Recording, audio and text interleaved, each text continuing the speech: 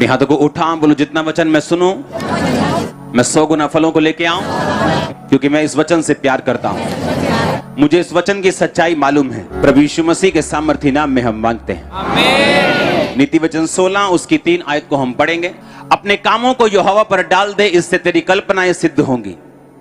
बोलो अपने पड़ोसी को, बोलो अपने कामों को यहोवा पर डाल दे, इससे तेरी कल्पनाएं, तेरी इमेजिनेशंस, तेरे दिमाग की सोच वो पूरा होगा।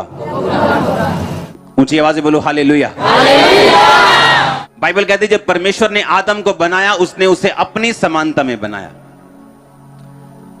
और उससे पहले कभी आदम नहीं बनाया गया, तभी परमेश्वर ने आदम को बनाया। और बाइबल कहती है उसे अपने तरह का बनाया और अपने जैसे अधिकार उसे दिए।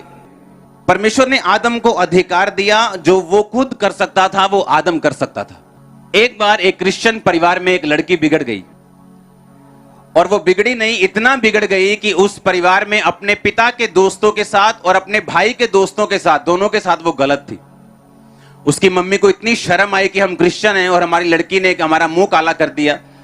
कितने दिन वो रोती रही, दुखी होती रही, परमेश्वर से पूछती रही, और एक दिन अपने पास्टर के पास चली गई और पास्टर के पास जाके बोलती है कि पास्टर जी मेरी बेटी इस तरह से बिगड़ गई और मैं चाहती हूं कि आप मेरे लिए प्रार्थना करें कि वो मर जाए और परमेश्वर उसे उठा ले और उसे अपने पास बुला ले।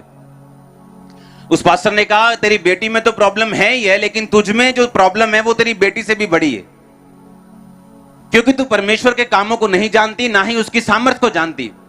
तो उसने कहा मैं क्या करूं? उसने कहा तू एक दर्शन देख, तू एक इमेजिनेशन कर, अपने दिमाग में एक विजन देख, अपने दिमाग में एक कल्पना बना कि तेरी बेटी जो है वो व्हाइट कपड़ों में परमेश्वर का प्रचार कर रही है, तेरी बेटी तेरे घर आई है, तुझसे उसने माफी मांगी है और वो सुधर गई है और परमेश्वर के कामों का प्रचार कर रही है। उसने कहा ये तो हो ही नहीं सकता, मैं उसको बहुत बार समझा चुकी हूं, मैंने बहुत बार उसको गाइड किया, हमने मारा पीटा सब कुछ करके देख लिया, वो नहीं सुधरती। मेरे हस्बैंड और मेरे जो बेटा है उसके दोस्तों के साथ वो रहती है, गलत काम करती है, सब कुछ करती है, बाहर ही रहती है।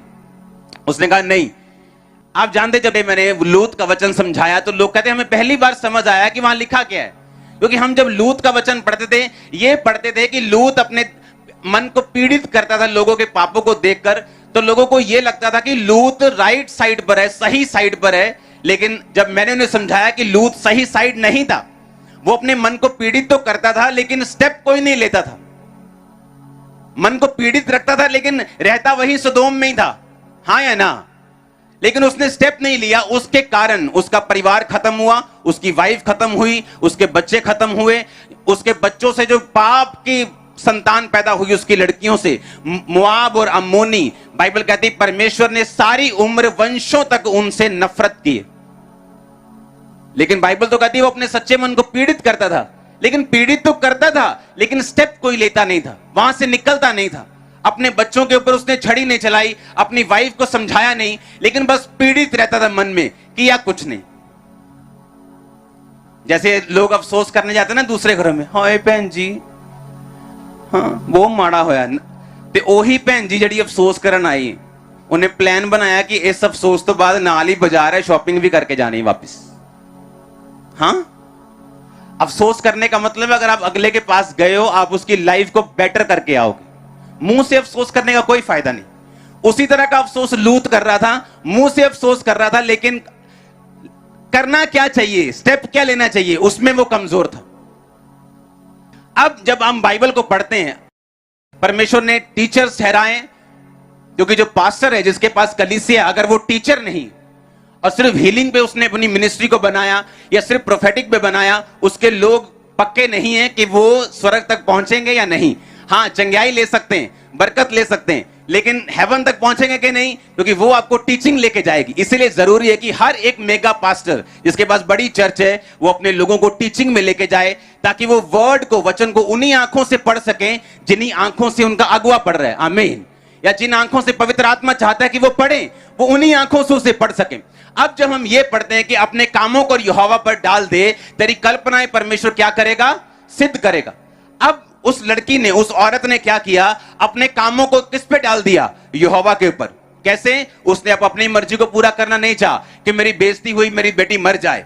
उसने अपने कामों को यहोवा पर डाल दिया, अपना सब कुछ परमेश्वर पे डाला, कल्पना बनाई, दिमाग में एक इमेजिनेशन की दिमाग में एक सोच बनाई कि हाँ मेरी बेटी वापस आ रही, हाँ मेरी बेटी वापस आ रही, हाँ मेरी बेटी वापस आ रही, हाँ उसने पापों को छोड़ दिया। और वो रोज इस इमेजिनेशन से प्रार्थना करने लगी। दिमाग में इमेजिनेशन को बनाया कि अपने कामों को यहोवा पर डाल दे। तेरी कल्पनाएं क्या होंगी, तेरी कल्पनाएं क्या होंगी। अब कल्पना क्या है?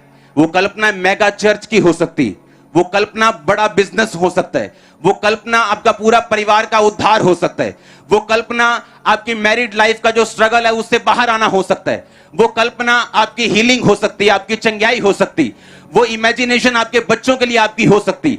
परमेश्वर कहता अगर तू अपने कामों को मुझ पे डाल देगा, मैं तेरी कल्पनाओं को क्या कर दूंगा? सिद्ध कर दूंगा। अब जब इस वचन को हम वैसे पढ़ेंगे तो हम ऐसे पढ़ के आगे निकल जाएंगे, लेकिन इस वचन के पीछे जो पावर है परमेश्वर की वो हमें कभी भी समझ नहीं आएगी। लेकिन आज आप उस पावर से भर के वापस जा रहे हैं, आप इक्विप्ड होके जा रहे हैं, आप हथियारों से लैस होके आज से वापस जा रहे हैं। और मैं यीशु मसीह के नाम में बड़े कामों को आपकी लाइफ पे होता हुआ देख रहा हूं। मैंने कहा बड़ी इमेजिनेशंस को पूरा होते हुए देख रहा हूं। वो कोई भी क्यों ना हो, यीशु मसीह के नाम में उसे मैं पूरा होते हुए देख रहा हूं।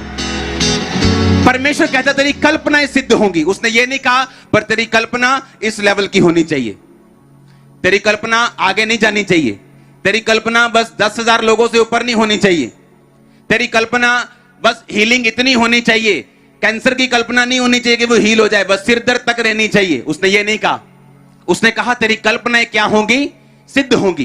तू जितनी कल्पना कर सकता है, परमेश्वर ने कहा मैं उसे सिद्ध कर सकता हूं, लेकिन हर एक काम का तरीका है करने का। हालेलुया।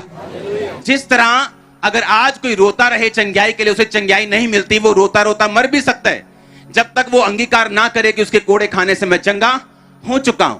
अपने आप को तौबा में रखे, परमेश्वर में रखे, अंगीकार में रखे, विश्वास रखे और उसको पक्का अंगीकार करके रखे लगातार, तो वो उन चीजों को हासिल करता है।